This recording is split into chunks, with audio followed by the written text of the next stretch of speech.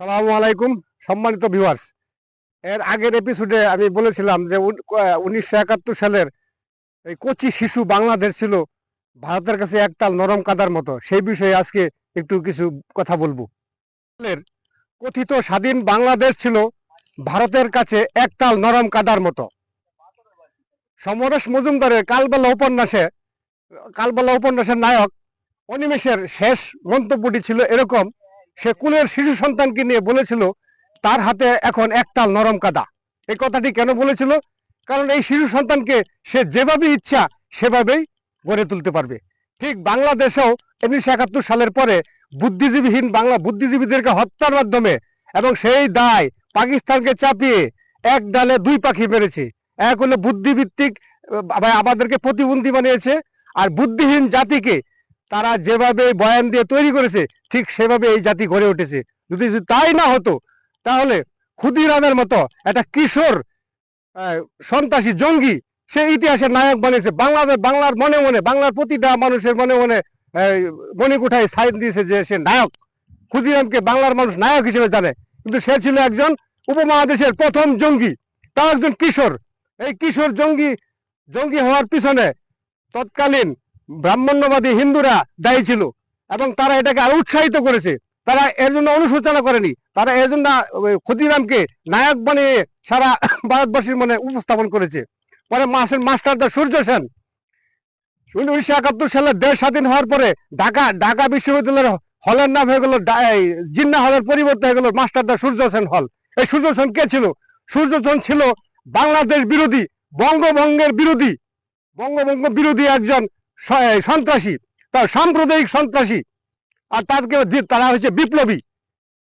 এই এই বীরকন্যা প্রীতিলতা, সূর্য সেন এরা কালীর নামে সামনে শপথ করে পাঠা বলি দিয়ে সেই রক্ত গায়ে মেখে তারা প্রতিজ্ঞা করেছিল ব্রিটিশের বিরুদ্ধে আন্দোলন করবে। ব্রিটিশের বিরুদ্ধে তারা গেল কখন? যখন বাংলাদেশকে মুসলমানদেরকে আলাদা একটা ভূমির জন্য ব্রিটিশরা প্রস্তাব করছে যে ভঙ্গ করবে, তখন কিন্তু তারা ব্রিটিশের বিরুদ্ধে গেছে। এর আগে ব্রিটিশ বিরুদ্ধে যায় নাই। এর আগে ব্রিটিশের শাসনকে তারা আশীর্বাদ মনে করছে, তারা স্বাধীনতা মনে করছে। বঙ্কিমচন্দ্র দিয়ে এটা শুরু হয়েছে। বঙ্কিমচন্দ্র এই দিল্লির বাহাদুর শাহ জাফর শেষ মুঘল সম্রাটের পতনের পরে সে বলেছিল দিল্লির এই গগনে বিজয়ের কেতন ওরে। এবং তার এই বক্তব্যের কারণে তাদের মহলেই, তাদের পক্ষ থেকেই প্রতিবাদ উঠে যে বিদেশিরা কেমনে স্বাধীনতা এনে দেয়। তখন সে স্বাধীনতা নতুন সংজ্ঞা হাজির করেছে যে স্বাধীনতা একটা স্থায়ী ধারণা নয়, স্বাধীনতা একটা লিবার্টি, এটা ইংরেজি থেকে এসেছে। এই স্বাধীনতা বিদেশিরা এনে দিতে পারে, দেশীয় কেউ এনে দিতে পারে, এমন নয় যে বিদেশিরা এনে দিতে পারবে না। ঠিক এই বঙ্কিমচন্দ্রের এই বয়ানটাই রবীন্দ্রনাথ আরো এগিয়ে নিয়ে গেছেন। সে ভারতবর্ষে ব্রিটিশ শাসনকে আশীর্বাদ হিসেবে প্রমাণ করার চেষ্টা করেছে এবং এর জন্য, এটা প্রমাণ করার জন্য সে একটা উপন্যাসই লিখে ফেলেছে, গুড়া উপন্যাস। সেই গুড়া উপন্যাসে সে রবীন্দ্রনাথ প্রচার করার চেষ্টা করেছে যে ব্রিটিশ শাসন হিন্দুদের জন্য আশীর্বাদ ছিল, তারা এটাকে স্বাধীনতা মনে করেছিল। কিন্তু আমাদের দেশে হচ্ছে কি, আমাদের দেশে এই বঙ্গভঙ্গ বিরোধী সাম্প্রদায়িক সন্ত্রাসী এদেরকে আমরা তাদেরকে জাতীয় নায়ক বানিয়ে, জাতীয় হিরো বানিয়ে জাতির সামনে আজও এই বিশ্বাস স্থাপন করে বসে আছি। এটা সবকালেই ছিল, বিএনপির আমলে ছিল, আওয়ামী লীগের আমলে ছিল, কিন্তু আমাদের কোনো বুদ্ধিজীবী সচেতনভাবে এইসবের বয়ানের পাল্টা বয়ান তৈরি করতে পারে নাই, এই চেষ্টাও করে নাই, সেই সচেতনতাও তাদের ছিল না। অবস্থা দৃষ্টিতে তাই মনে হয়। আপনাদেরকে একটা সাধারণ উদাহরণ দেই।